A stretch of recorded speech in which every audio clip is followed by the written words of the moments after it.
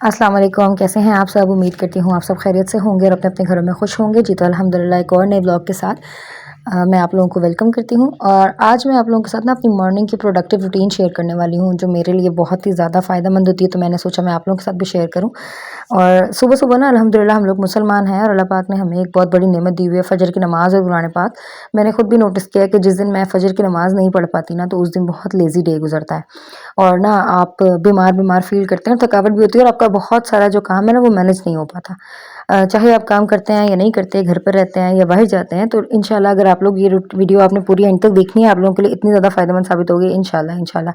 अच्छा, मैं ऐसा है कि रात को जो फ्रेश खाना बनाती हूँ ना, मेरी कोशिश ये होती है वो 1 से 2 टाइम का इतना हो जाए कि बच्चे सुबह भी खा लें और रात को भी खा लें, या अगर कभी सुबह में कुछ और नाश्ता करना हो तो वो दोपहर में चल जाता है। तो मैं जो है ना वो सालन बना के ज़्यादातर फ्रीज़ नहीं करती, मैं कोशिश ये करती हूँ कि थोड़ा बना लूँ लेकिन बच्चों को मैं फ्रेश खिलाऊँ ना। अच्छा जी, उसके बाद ना बच्चों को चाय रस दे दिया मैंने और साथ में मेरी बेटी ने वो खाना था रात का खाना, मैंने उसको फ्राई करके नान दे दिया। मैं कोशिश ये करती हूँ कि बस जो भी खाना बचे ना वो हम लोग खा लें, वो वेस्ट बिल्कुल भी ना हो।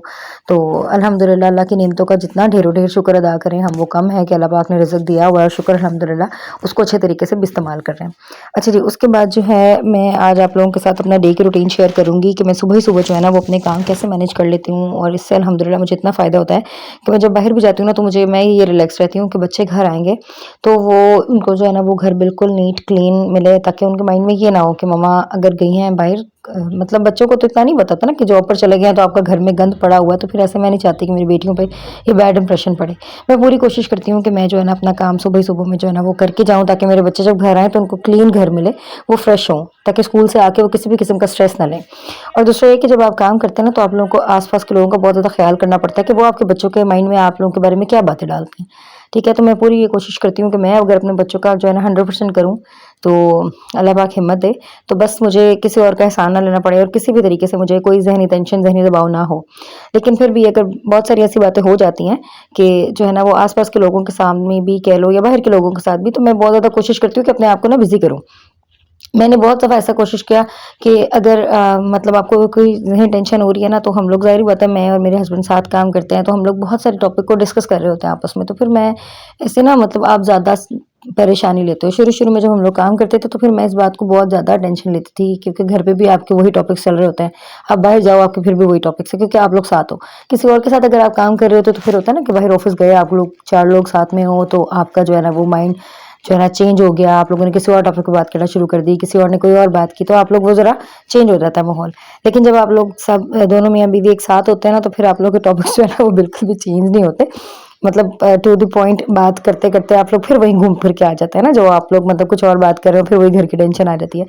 तो मेरी यही कोशिश होती है कि जब बच्चे जाएँ और फिर मैं जो है ना फ़ौरन-फ़ौरन अपना घर के काम कर लूँ, ताकि मैं बाहर जाऊँ तो फिर आप मेंटली तौर पे भी बड़ा रिलैक्स फ़ील करते हैं, सैटिस्फाइड होते हैं। आपका आधा जो है ना काम खत्म हुआ होता है। आप लोगों को मुझे पता है कि सिर्फ़ मैं घर आऊँगी और मुझे रात को जो है ना वो खाना-शाना बनाना है, थोड़ा-सा किचन क्लीन करना है। और बच्चों को पढ़ाना मेरे साथ ज़िम्मेदारी होती है कि मैंने जैसे मतलब मैं घर आई हूँ तो मैं साथ ही अपने बच्चों को भी होमवर्क करा लूँ, पढ़ा लूँ। अल्हम्दुलिल्लाह बच्चे भी मेरे पढ़ लेते हैं खुद ब खुद भी। और सुबह में मैं इनको जो है ना वो नमाज़ कुरान पाक पढ़ा देती हूँ, तो मुझे इतना होता है कि मेरा एक जो है ना वो काम मेरा पूरा हुआ है।